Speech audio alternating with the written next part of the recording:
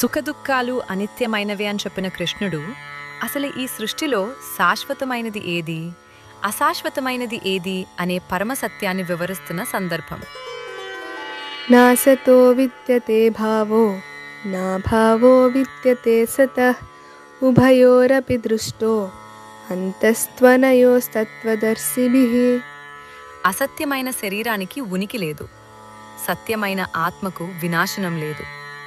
ఈ రెండింటి మధ్య ఉన్న వ్యత్యాసాన్ని తత్వవేత్తలు క్షుణ్ణంగా దర్శించారు. ఈ శరీరం, పేరు, హోదా ఇవన్నీ ఒకప్పుడు లేవు, రేపు ఉండవు. ఇవి ఎప్పుడూ మారుతూనే ఉంటాయి కాబట్టి వీటిని అసత్తు అంటారు.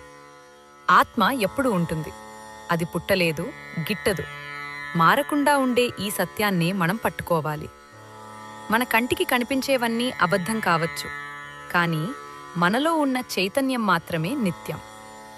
ఈ కంటెంట్ మీకు నచ్చినట్లయితే లైక్ చేయండి, షేర్ చేయండి, సబ్స్క్రైబ్ చేయండి.